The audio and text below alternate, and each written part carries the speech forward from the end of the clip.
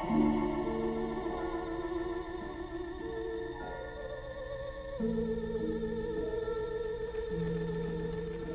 evening.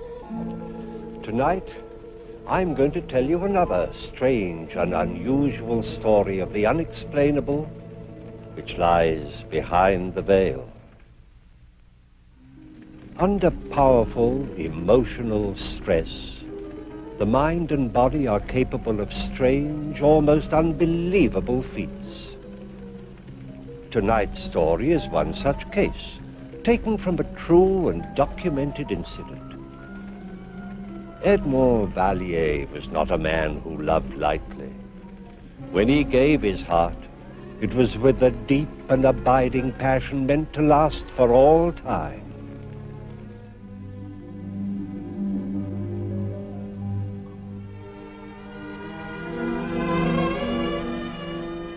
Marie, what would I do without you?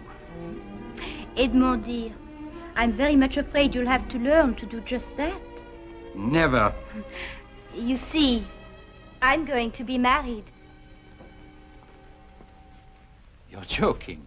Oh, you ought to know me better than that by now. I have no sense of humor when it comes to love or money. But I thought you loved me.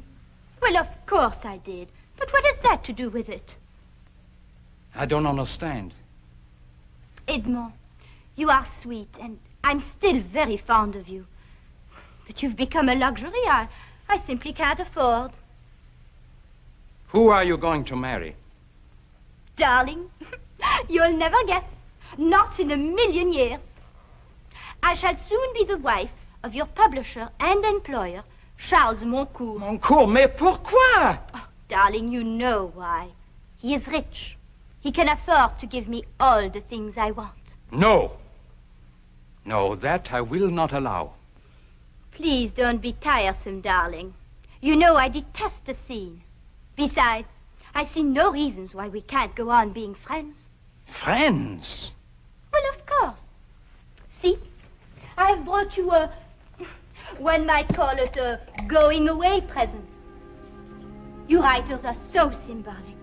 I thought you'd appreciate this. A symbol of the future to commemorate our past. It's a genuine crystal ball. Au revoir, Edmond. Charles will be waiting for me. Oh, darling, as soon as we are settled, you must come and have dinner with us.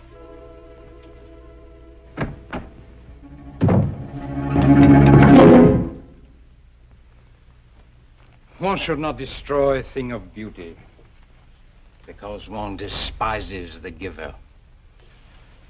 No, my friend, we shall find a place for you.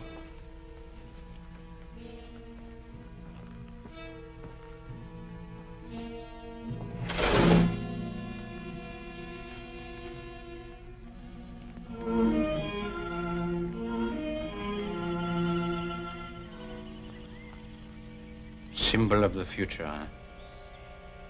Perhaps she's right. Perhaps in the future I will learn to love, not as well, but much more wisely.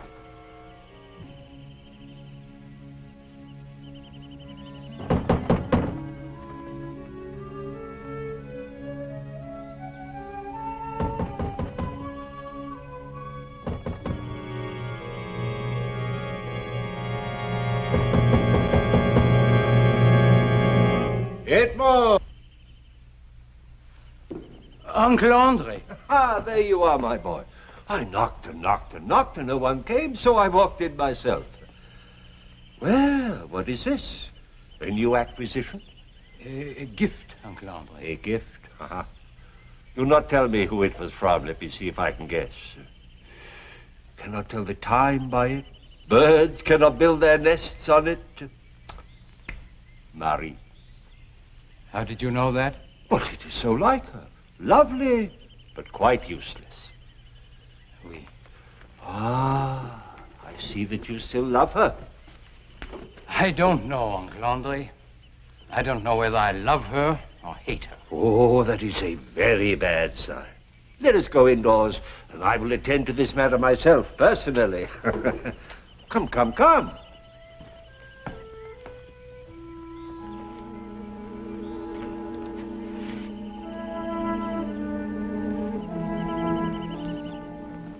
Hello. Let me have Marie's letters. How do you know I have any? Oh, mon cher. Zavalier and my nephew. You could not possibly fall in love with a woman who did not write long, passionate love letters. And as a writer of sentimental nonsense, undoubtedly you kept them. Now let me have them.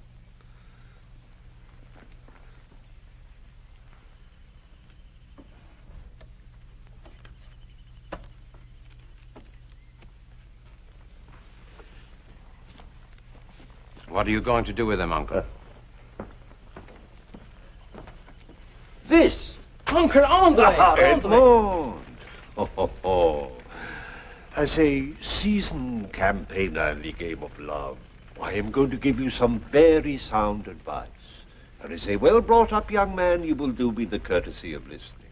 Very well, mon oncle.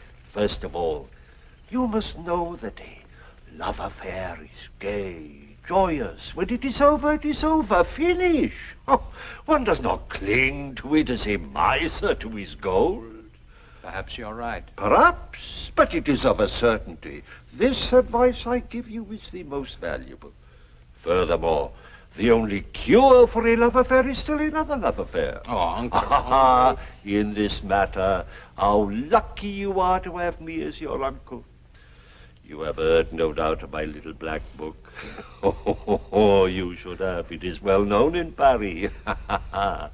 Perhaps as famous as the Arc de Triomphe and the Champs-Élysées. Uncle Andre. I have an engagement this evening with a most enchanting creature, a dancer at the Moulin Rouge. You will dine with us, and we will see if she has a friend.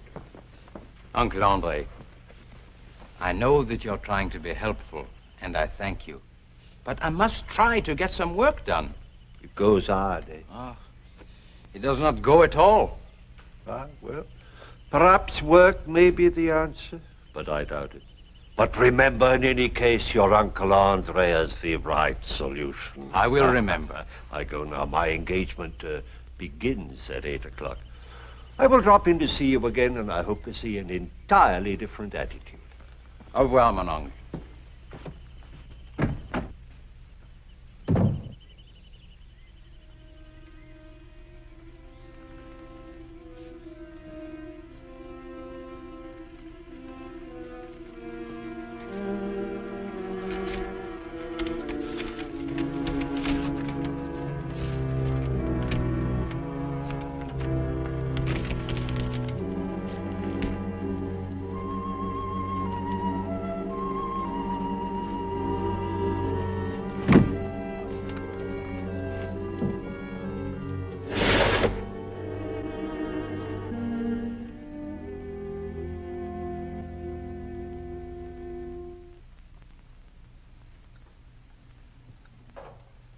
My dear Edmond, my presses cannot remain idle while I wait for my writers to write, you know. I've tried, Charles. If he doesn't come, he doesn't come. Nonsense. You have written many love stories before and written them well. Surely you must have been in love. Of course he was. Edmond was in love with me. You see, Edmond, what man has not envied me? I am sure you must have been in love with Marie, but she not with you. That is the great difference. Every man would like to believe that he has won for himself the one woman that every other man would be proud to call his wife. See, there is a subject for another great love story. It is so simple. I'll try, Charles. Good. Tomorrow morning I leave for London and then Amsterdam. There shall be English and Dutch editions of your last 2 books. And while I am gone, you will visit Marie. But, Don't you wish to visit me, Edmond? Oh, I do. But there's my new book. You have always been entertaining for our Marie. She is fond of you, and I don't want her to be lonesome. It will be such fun having you over for tea, Edmond. You will visit Marie. That also is part of our agreement. Edmond is a very sensible and agreeable young man. He will do exactly as he is told. Splendid. 2 weeks, and I shall return with contracts. And money, Edmund. Money. madame.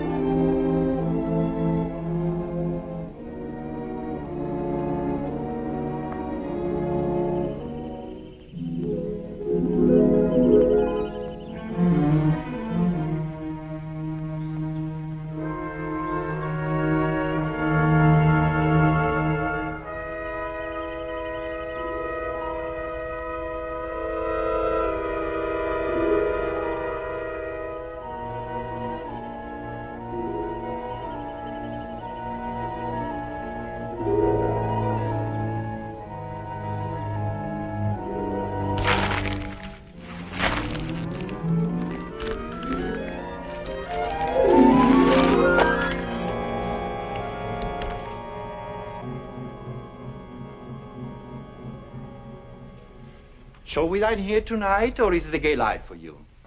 The gay life, always. But tomorrow, Philippe. Why not tonight? You tire of me if I make my visits too long. Besides, you know I have to be at home. I'll never tire of you, Marie. What's wrong? I have a strange feeling, as if someone were staring at me. I'm staring at you. You're very beautiful, Marie. I'm serious, Philippe. So am I. There is nothing to fear, my darling, except the swiftness of time until he returns. May that day never come.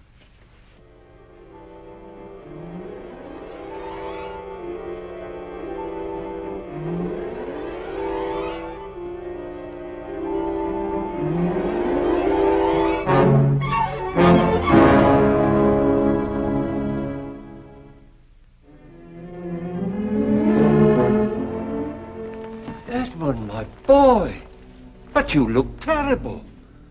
I presume this means you have been working? I've been trying to work, if that means anything. And what have you accomplished? Frankly, very little. Ah, I see you have not forgotten her. I think about her, Uncle. In fact, I've been ordered to think about her.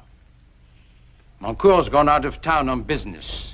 He asks me, mind you, if I wouldn't mind dropping in on her occasionally so she would not be lonesome.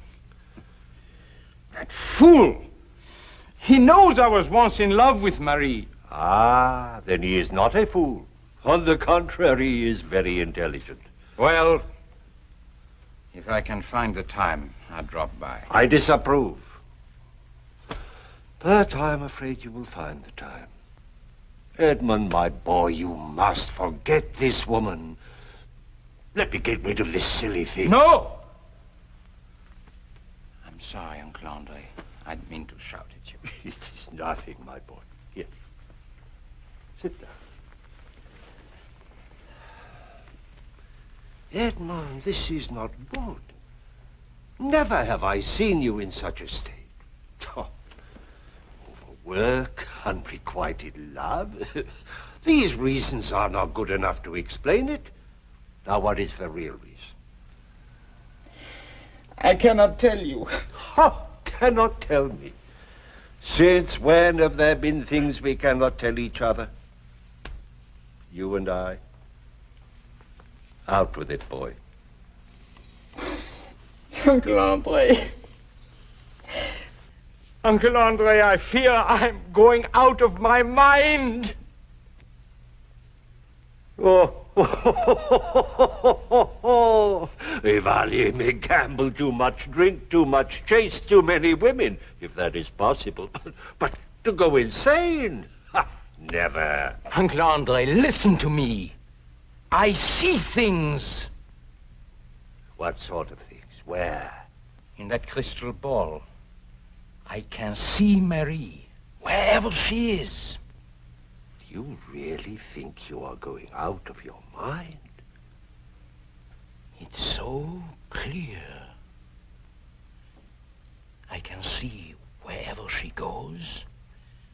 I even see whom she is with. Whom she is with? Not her husband? No, he's not back yet. Oh, Edmund, I am disappointed. You are jealous. You sit here, clutching the ashes of a burned-out love, tormenting yourself with this jealousy. Uncle Andre, it's nothing like that at all. Then I say to you, the rest of it is nonsense. Oh, Edmund, I have the solution. Come with me tonight. Let the perfume of Paris sweep away these cobwebs from your brain. I thank you, Uncle Andre, but I cannot. Now I lose my patience. And why is it you cannot? There are so many things to do. Then do one thing for me, I ask you. You say you know where Marie is, then go there and see if she is there, or go to her house and see if she is not there. If you are going out of your mind, at least let us find out in time to do something about it.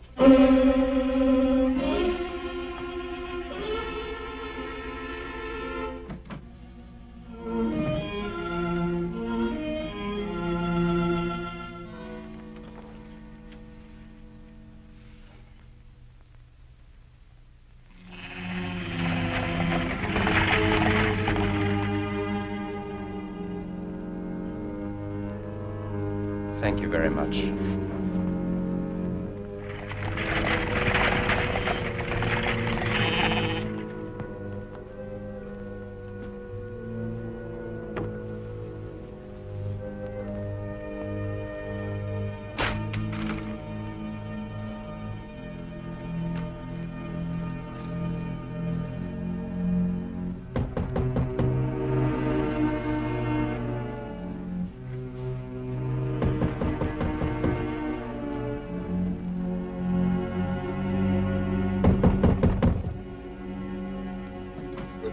Good morning. Charles. Edmund. Well, this time I can see you have truly been working. Yes, but you've come back early. Almost a week. And with wonderful news, Edmund. Contracts in London and Amsterdam were signed. And I have promised them at least 2 more new books by you. Thank you, Charles. You don't sound very enthusiastic. Oh, I'm very grateful. But I stopped here to tell you the good news even before I went home. I've been working very hard. No time for frivolity, huh? No. But you did have time to visit Marie. I tried to, but I've been very busy. Busy? But too busy for a friend? You can see for yourself, Charles. I've hardly had time to leave this study. Oh, but I asked you to. I'm sure Marie did not miss my visits. Now, what do you mean by that? Nothing. It's just that I've been working very hard. Now, you approve of that, don't you? Yes, but one visit you might have made. All right, I did. Then why do you say you did not? She was not home. Not home? Where would she go? In heaven's name, mon coeur, how do I know what your wife does when she's not home? I told you. I stopped by and she was out. Oh, for a ride, perhaps. Perhaps? Edmund, is there something wrong? No. It's just that I've been working very hard. But you said that before. There is something on your mind. What is it? Nothing, Charles. Can we discuss London or Amsterdam? Is there something I ought to know? I am an old friend, Edmund. I deserve an answer. You know all there is, Charles. No. There is something about Marie that you won't tell me.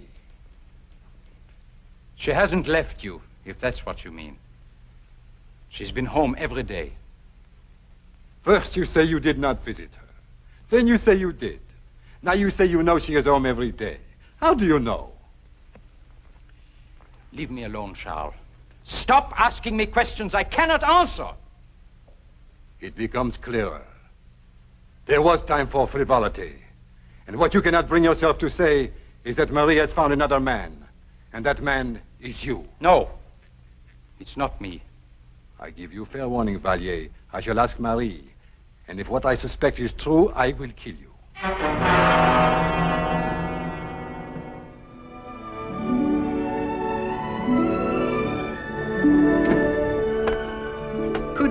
my love.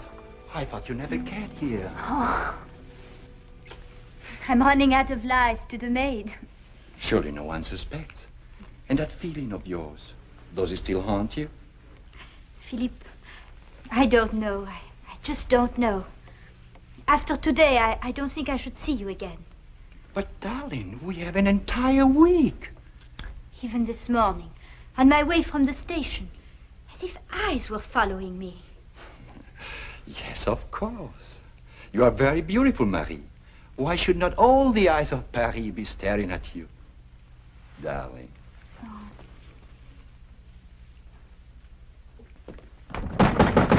Vallier!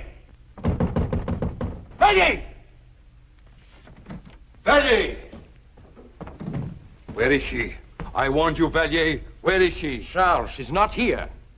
You lie. First you besmirch my name, then you make a fool out of me. Where is she?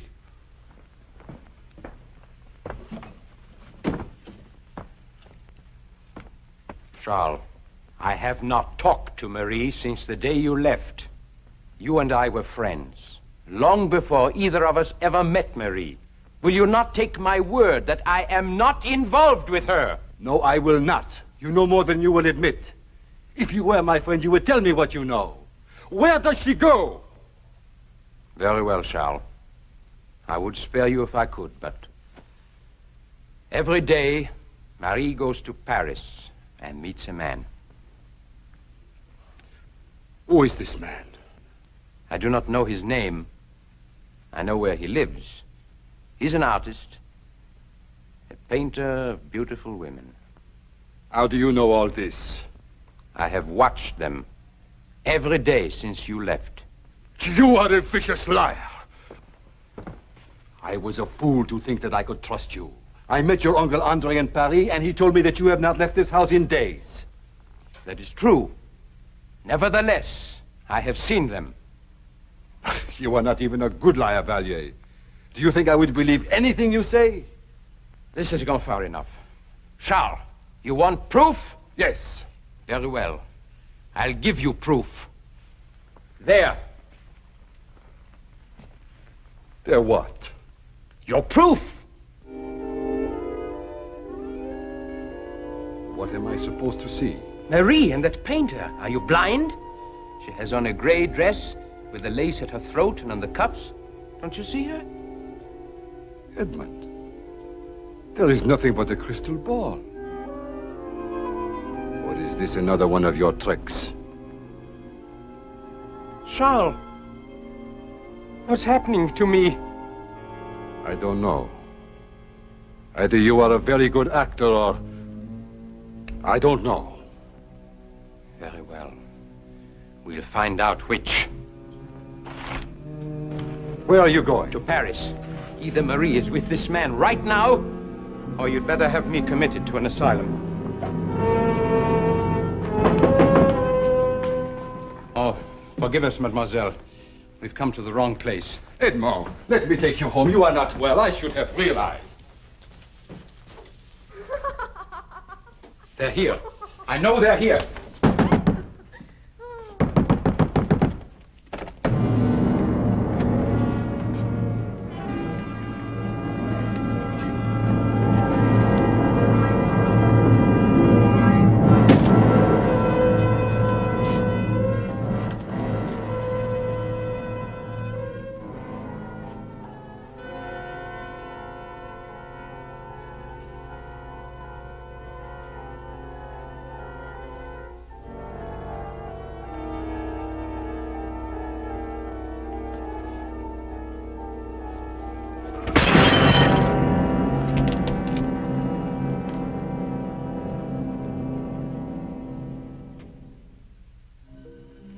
One final chapter remained after the door closed behind Charles Moncourt.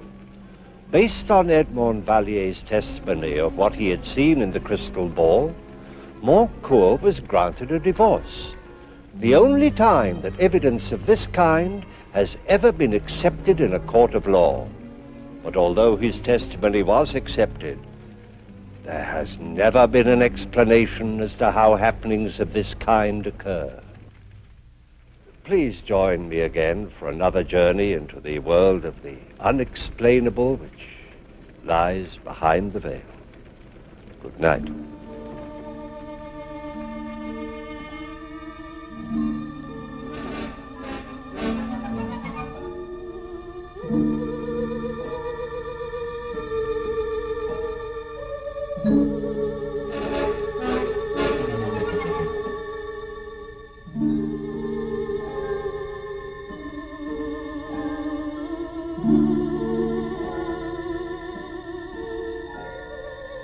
Thank you.